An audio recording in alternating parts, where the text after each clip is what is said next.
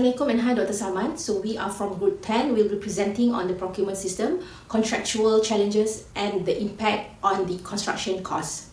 So this is our group members, which consists of 8 people.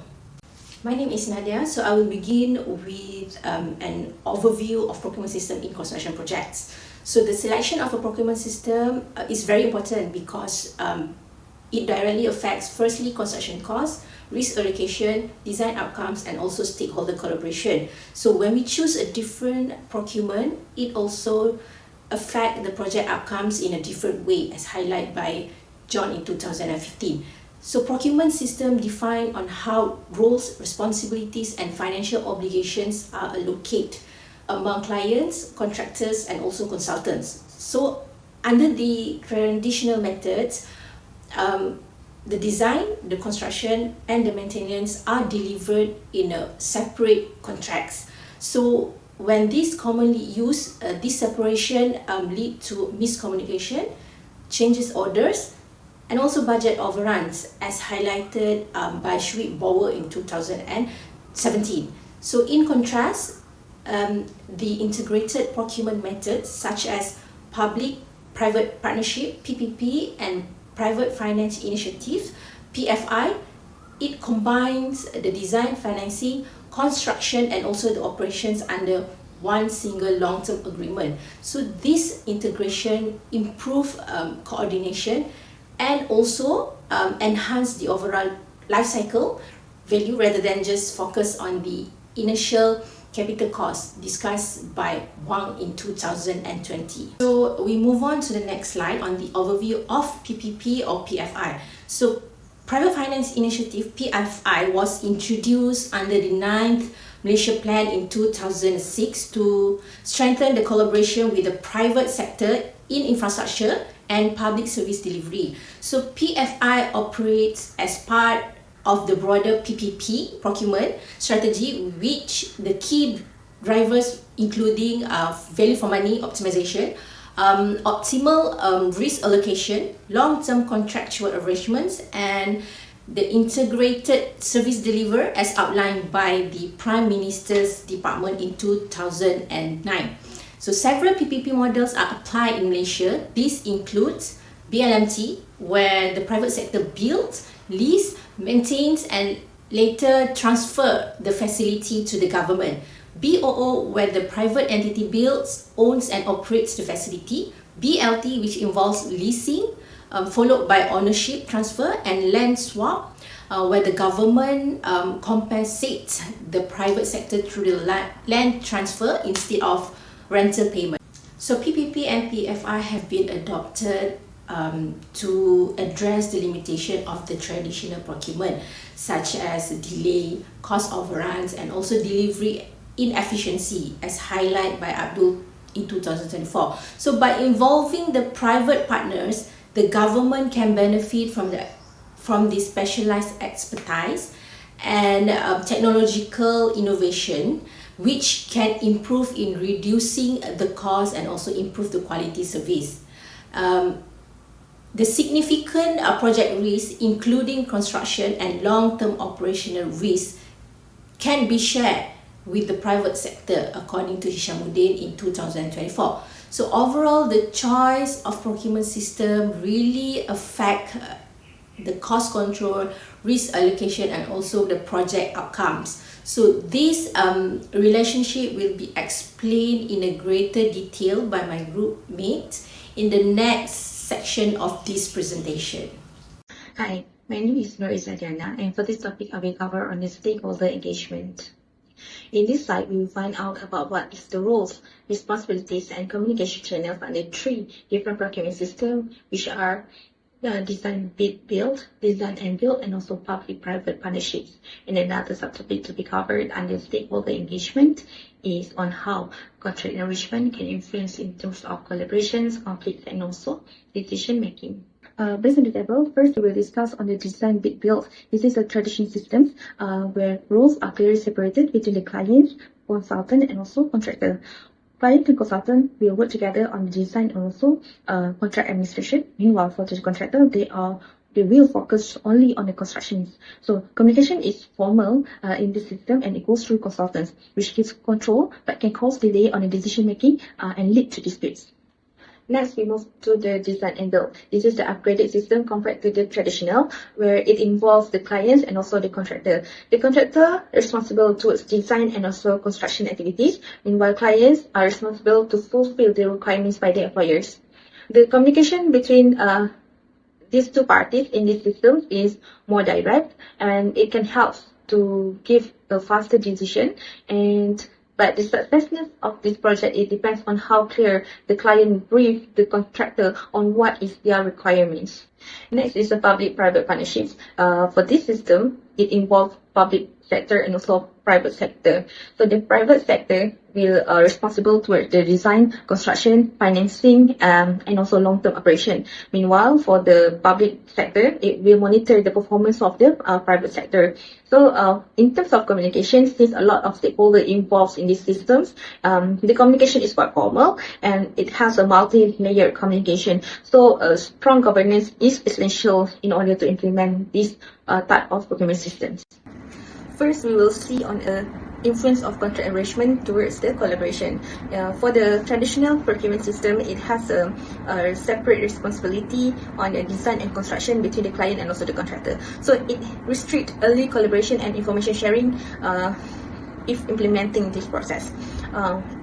Compared to the integrated arrangement like design and build and also PPP, it consolidates the responsibility under a single contract.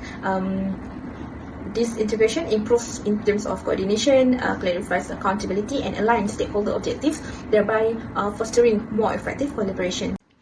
Next, we will see how the contract arrangement influence in terms of conflicts. So conflicts in construction project is closely linked to how risks and responsibilities are allocated. Contracts that rely heavily on a risk transfer tend to encourage adversarial behavior as the parties focus on protecting their contractual positions.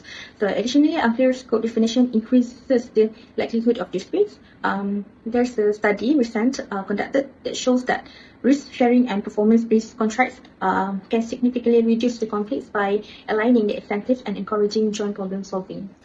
The last one we'll see on the influence of contract arrangements towards the decision making. In the traditional procurement system, the decision making often centralized with the client and also contract administrator. If there is any changes required in the construction project, it will cause a slow response and make a slower decision making. Compared to the integrated or collaborative contract, it supports faster and more informed decision making by allowing technical, financial, and operational consideration to be assessed collectively within a unified structure. I am Nazura. For my part, I will be explaining the financial management. Firstly, financial management in PFI and PPP project is closely influenced by the procurement system chosen. When PFI is used as the procurement route, it changes how the costs are planned, how the budget are structured, how the cash flow is managed, and how the risks are allocated through the contract. This element directly affects overall construction costs and cost certainty. Starting with cost planning, PFI project adopt a whole life costing approach. This means that private buyer must consider not only construction costs but also financing, operation and maintenance costs throughout the concession period. Because the long-term costs are embedded into the contract, early stage finance planning is critical. Poor cost planning at this stage can lead to the higher project cost over time and reduce value for money. Next is budgeting. Unlike traditional procurement, PFI budgeting split government payment over a long concession period, usually through a availability or lease payment. While this reduces immediately capital expenditure, it creates long-term financial commitment for the public sector. If budgeting is weak during the procurement, it may cause affordability issue in the later year, especially when several PFI projects are running at the same time. Moving on to the cash flow management. Contractual payment arrangement play a key role. The private sector relies on the timely government payment to the service debt and repay loan. At the same time, the government must ensure that consistent annual budget allocation throughout the contract duration. Any delay or inefficiency in the contract administration can increase financing costs and negatively affect the project performance. Another important aspect is the risk allocation. In theory, PFI contract transfer financial risks such as cost overrun and operational efficiency to the private sector. However, in Malaysia practice, incomplete risks transfer and government guarantee often reduce cost certainty. When the contractual responsibility are unclear, dispute and claim are more likely to occur, increasing overall project costs. Finally, claim and management has a strong impact on the project cost certainty. Claim often arise due to unclear contract term, scope change, or the confusion over the risk responsibility. Poor claim management lead to the dispute regularization and cost escalation, which reduce financial predictability. In conclusion, effective financial management in Malaysia PFI project depend on the clear procurement strategies, accurate cost planning, disciplined budgeting, stable cash flow, fair risk allocation, and strong contract management. Weakness in any of these areas can result in higher costs and reduced value for money. Hello Doctor, I'm Muhammad Shamin. Will now present to you about the design economies for the private finance initiative model with the comparing with other procurement models such as design and build procurement as well as the management procurement. So firstly, I'm talking to you about the framework. PFI combining with the private sector and government sector to form a center called as the Special Purpose Vehicle SPV. This center was utilized to finance their operations, construction, and maintenance over their project operations. Secondly, I'm talking to you about the whole life cycle cost. Unlike other procurement models such as design and build procurement or the management procurement, PFI didn't use some initial capital because PFI has some concession period for 20 until 30 years of operations. And thirdly, I'm talking to you about the investment incentive. As the concession period between 30 years of operations, PFI will make the private sector to offer a design solution to minimize their operation expenses. Hence, it will maximize the project profits. Thank you. Hello Doctor, so I'm now talking to you about the other point design economies. The first one about the design variables. The building geometry, the spatial layout, and the site condition will affect the construction cost over time. And hence, they will make sure the PFI model reach out the private sector to make sure they offer affordability throughout the construction period. And then the second one is about the value engineering. PFI model will use some structure aligned approach for the VE to make sure the materials are more efficient throughout the concession period, and hence it will make the cost more efficient. And thirdly, talking about to you about the sustainable integration. Often and usually, the renewable system energy will integrate with the value engineering.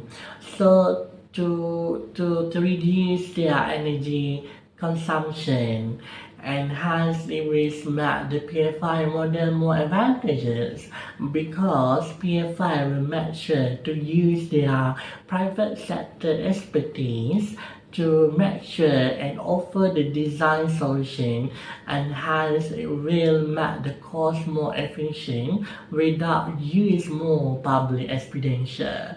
Thank you. Hello Doctor, so now I'm talking to you about the comparison for the PFI model with other model. Firstly, I'm talking to you about the traditional procurement model. During this model, the design and construction stages are separate.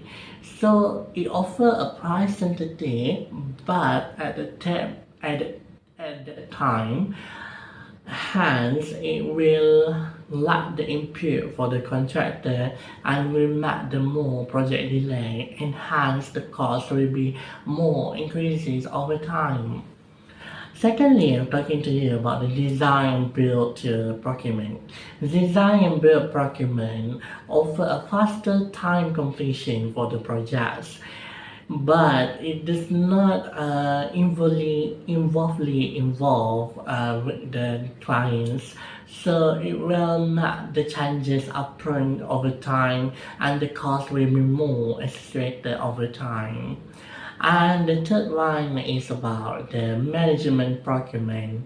Management procurement offers a flexibility and also adaptability over the construction project operations, but it does not offer a price or cost sensitivity, and hence because of the project are progressively done, and the uncertainty will become more risk. And then the last thing I'm talking to you about the project finance initiative model with other model. Private finance initiative created a single point responsibility to finance and design the operation period. And then these will make the contractor liability becoming more, and hence these are very high risk project to the contractor and offer a cost efficiency because more regulation and offers of design solution throughout the project concession period. Thank you. One of the main issues is that PFI contracts are often incomplete and have poor risk allocation. This directly drives up construction costs through overruns, disputes, and even higher tender prices. Although Malaysia's public-private partnership framework, managed by UKAS, aims to achieve value for money by transferring risks effectively, the reality is that many contracts fall short of these objectives. PFI contracts in Malaysia typically run for 20 to 30 years and combine design, construction, financing, and maintenance into one long-term agreement. Because these contracts are so long, it's almost impossible to anticipate every possible risk at the start. This leads to vague contract terms for risks such as design changes, unexpected site conditions, legal or regulatory changes, and stakeholder demands. Unfortunately, this vagueness clashes with UKAS guidance, which emphasizes that risks should be assigned to the party best equipped to manage them. Studies have shown that unclear risk allocation often leads to renegotiations after contracts are signed. This usually shows up as variation orders, compensation claims, or requests for time extension, all of which push construction costs higher. On top of that, private bidders add risk premiums to their financial bids to cover uncertainty, which increases the cost for the public sector. Incomplete contracts also trigger disputes between public authorities and private partners. When key issues such as performance standards, design changes, or delays responsibilities aren't clearly defined, conflict arise. Resolving this dispute requires legal, administrative, and financing efforts, which ultimately undermines the value for money that PFI projects are supposed to deliver. Another contributing factor is the limited expertise in the public sector. Research indicates that Malaysian authorities often lack sufficient technical and commercial knowledge to evaluate and allocate risks effectively. This can lead to excessive risk transfer to the private party, which raises their bid prices, or inadequate risk transfer, which leaves the government exposed to unexpected costs. To illustrate, we can look at the UTHM Pago campus PFI project. Private funding was used to build university facilities, but post-construction, facility managers identified performance and service quality issues. Additional fixtures and adjustments were required, which pushed costs beyond the original estimates. This case clearly demonstrates how gaps in risk planning and unclear contractual duties can create financial challenges even during the operational phase of a project. In summary, while Malaysia's PPP framework provides a solid foundation for the PFI projects, incomplete contracts, poor resolution, and limited public sector expertise continue to drive costs up and cause disputes. Properly addressing these issues is crucial to achieving value for money and ensuring successful long-term project outcomes. we are analyzing how contract management and procurement decision determine the success of Malaysian mega project. Using the Lekas Highway, UPSI, and the Penang Second Bridge as case study, we see that these projects are not just construction deal, they are 30 years partnership that can either foster cooperation or lead to costly conflict. The first point, shifting roles and transparency gaps. The move to special purpose vehicle has changed the ecosystem. In project like UPSI, the government shift from provider to regulator, which requires high technical expertise to oversee. However, this model often creates shadow stakeholder such as the sukuk holder in Lekas, where debt servicing take priority over public service. Furthermore, the complexity of this SPV, as seen in the Penang Bridge ramp collapse, can obscure accountability and alienate the public. The second point, collaboration versus adversarial conflict. These are 20 to 30 years relationship. When the economy is good, things work.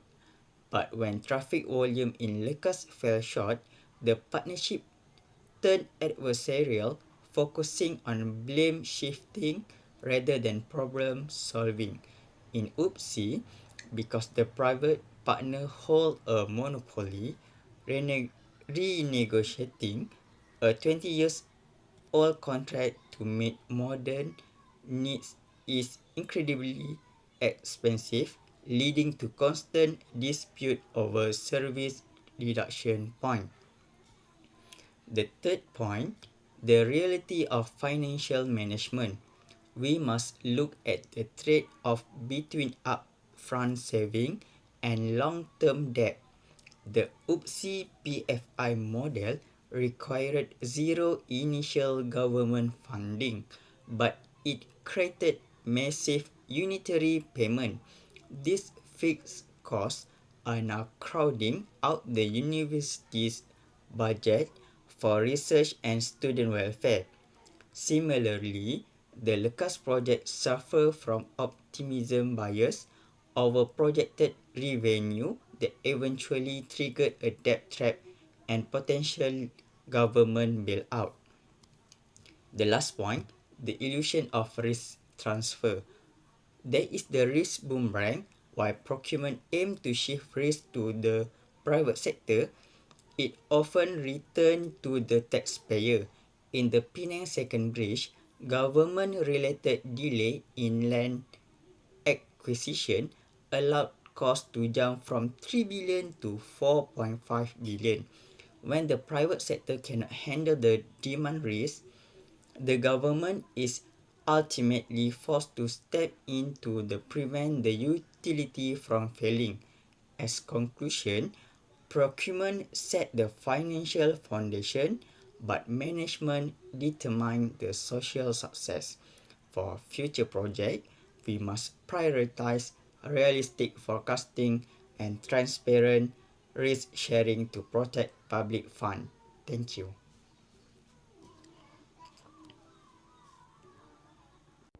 Next, I will discuss the impact of public finance initiative procurement on design economics and sustainability in Malaysia based on the study by Ismail 2013. Under the Malaysian PFIR PPP framework, design decisions are largely driven by long-term operation and maintenance obligations rather than initial capital costs. According to Ismail, two critical success factors in PFI implementation are whole life costing and private sector financial capacity. As a result, private consortia typically design assets to minimize life cycle costs over the concession period, which usually spans between 20 to 30 years. While this approach improves durability and maintainability, it can also lead to overspecification or selective value. This creates a key tension between the private sector and the government. On one hand, the government requires assets that are high quality, flexible, and adaptable to future needs. On the other hand, reducing life cycle costs lowers long-term financial risk for financiers and improves project bankability for the private sector. Ismail also highlights that weak technical capability and limited design control within the public sector have, in past Malaysian PPP projects, allowed private partners to deliver rigid design solutions. These assets are often difficult and costly to upgrade, limiting their ability to respond to changes in service demand, regulations, or technology over the concession period. In theory, PFI encourages innovation and sustainable design because long-term performance and maintenance risks are transferred to private sector. However, Ismail notes that conservative financing structures tend to favor proven and low-risk solutions. As a result, innovation is often restricted to cost-saving technologies, while broader social and environmental improvements are overlooked. From an economic sustainability perspective, although PFR reduces initial public capital expenditure, poorly structured concession agreements can create inflexible long-term payment commitments. These obligations may place pressure on future government budgets and reduce public investment capacity. Social sustainability is also at risk. Financial pressure on operators may encourage cost-cutting in service delivery, which can gradually erode service quality, particularly when performance monitoring is weak. Finally, while green specifications are commonly included at the design stage, ensuring environmental performance over 30 years is challenging. Without legally enforced sustainability targets, operators may only achieve minimum compliance. I'm Nurudini Atira and I will present practical recommendation for the reform of Private Finance Initiative or PFI project in Malaysia. My analysis focus on transitioning this model from mere physical tools and sustainable service-driven framework that prioritize long-term public value over immediate budgetary optic. So, the sustainability of mentioned private finance initiative (PFI) project require transitioning from a physical-driven to service-driven delivery model, while the off-balance sheet nature of PFI has historically bypassed debit limit. It often ignores substation 30 years physical liability. To resolve, the policymaker must mandate transparent whole life cost (WLC) analysis and risk-adjusted public sector comparator (PSC). Currently, the lack of standardized WLC methodology serves as a primary barrier to sustainability. Ultimately, PFI selection must be based on genuine efficiency and rigorous demand forecasting rather than immediate financial optic. To address contractual structure, Malaysia must implement fair and flexible risk allocation framework, identify improper risk transfer as a primary driver of project distress in the local context. Historical highway concession place unquantifiable demand risk on the private sector, leading to government subsidies or unpopular toll hikes, as illustrated by the state highway restructuring. Rigid contract fail to adapt urban competition. Consequently, future contracts should utilize Bennett review guarantee for proportional gain and loss sharing. Furthermore, 10 years review provision should be incorporated to allow collaborative adaptation to technological or legislative change, avoiding adversarial litigation. Improving institutional capability in the third pillar of this reform as the public account community. Identify a significant competency gap between private consortium and government oversight unit. This discrepancy lead to insufficient KPI enforcement and maintenance inconsistency as seen as certain UiTM initiative. A proposed establish a specialized multidisciplinary oversight body beyond UCAS with the technical expertise to tie unitary payment to asset availability. Transitioning to output-based specifications such as life cycle carbon target, align profit initiative with asset longevity. This shift the focus from resources to result, encouraging superior construction quality to minimize operational cost over a 30-year span. The validity of the PFI model hinges on the transparency. The historical use of the Official Secret Act to shield concession agreement has eroded public trust and hindered independent oversight. To address this, a legislative mandate should be established to publish redacted value for money assessment and annual financial report aligning with the 12 Nation Plan. Furthermore, major project must undergo parliamentary committee review prior to signing to ensure public debate is examined through a democratic process. Such transparency empowers civil society and academia to provide oversight, ensure Malaysia PPP prioritize the public interest over narrow commercial gain.